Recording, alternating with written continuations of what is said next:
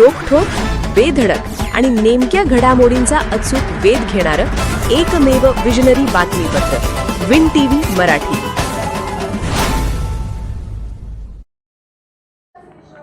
बाळूमामांच्या दरबारात सुतळीच्या तोड्यालाही कोणी हात लावणार नाही, कथित भ्रष्टाचारांवर कृष्णा डोणे महाराजांची स्पष्ट भूमिका।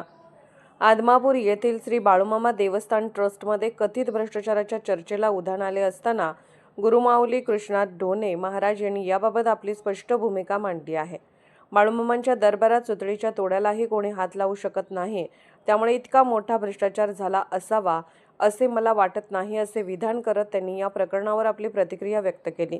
गुरुपौर्णिमेनिमित्त वाघापूर येथे प्रतिवर्षाप्रमाणे यंदाही श्री विठ्ठल बिरुदेव आणि श्री हलसिद्धनाथ यांच्या दरबारात विविध धार्मिक कार्यक्रमांचे आयोजन करण्यात आले होते।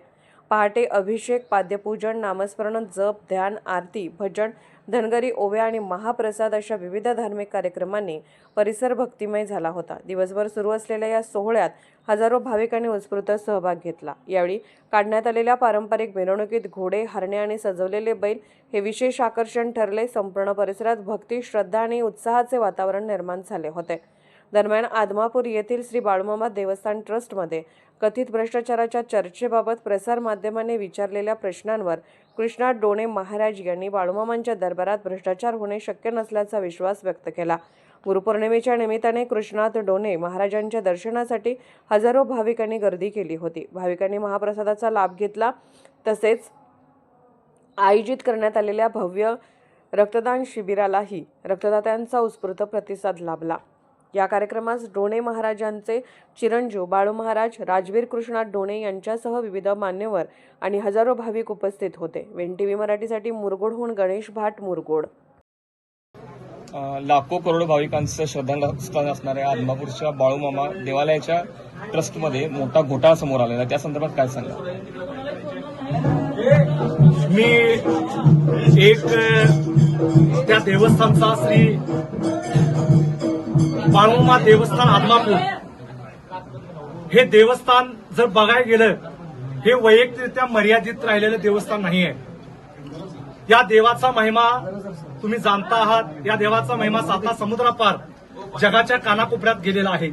हा देव न्याय निवाडा करणार आहे।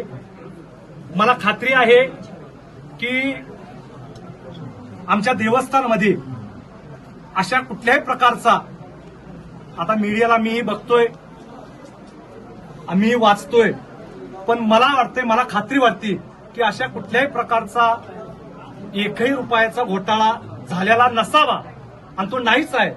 कारण मामा स्वतः म्हणतात, अरे रांडच्या हो, माझ्या सुतळीला सुद्धा हात लावायची ताकद कुणाच्यात नाही, आणि रुपया खायची काय हिंमत। माझा देव लय इंगोळ आहे, खैराचा इंगोळ आहे। ज्याला हाय त्याला हाय, ज्याला समजला त्याला समजला। आणि मामा म्हणतात, ज्याला मी हाय त्याला मी आहेच, आणि ज्याला नाही त्याला नाही। ज्याने 1 रुपया खाल्ला त्याचे 10 रुपये वसूल केल्याशिवाय मामा राहणार नाहीत। माझा विश्वास आहे की या सगळ्या अफवा जे चाललेले आहेत आणि हे सगळा जो काय कारभार चालू आहे, मामा नक्कीच सगळ्या जगाचं व्यवस्थित करतात। त्याचं तर व्यवस्थित, तो मोठा न्यायाधीश आहे, माझा मालक, तो सर्वज्ञ आहे, जाणून आहे। लवकरच मला आशा आहे, मी त्याचा एक गडी आहे, इतरांचं सगळ्यांचं चांगलं करतोय, आणि त्याच्या इथं चाललेलं तो तर सगळं बघून घेईलच। मला आशा आहे माझा मालक निश्चितच सगळं लवकरच पूर्वपदावर आणेल। आणि ज्या शंका आहेत आणि भक्तांच्या मनामध्ये, कुणी शंका मनात बाळगू नका, कारण जो करल तो भरल। एक आहे, देवाच्या दरबारात न्याय आहे। तुम्ही निश्चिंत राहा, मामांच्या विश्वास ठेवा, श्रद्धा ठेवा।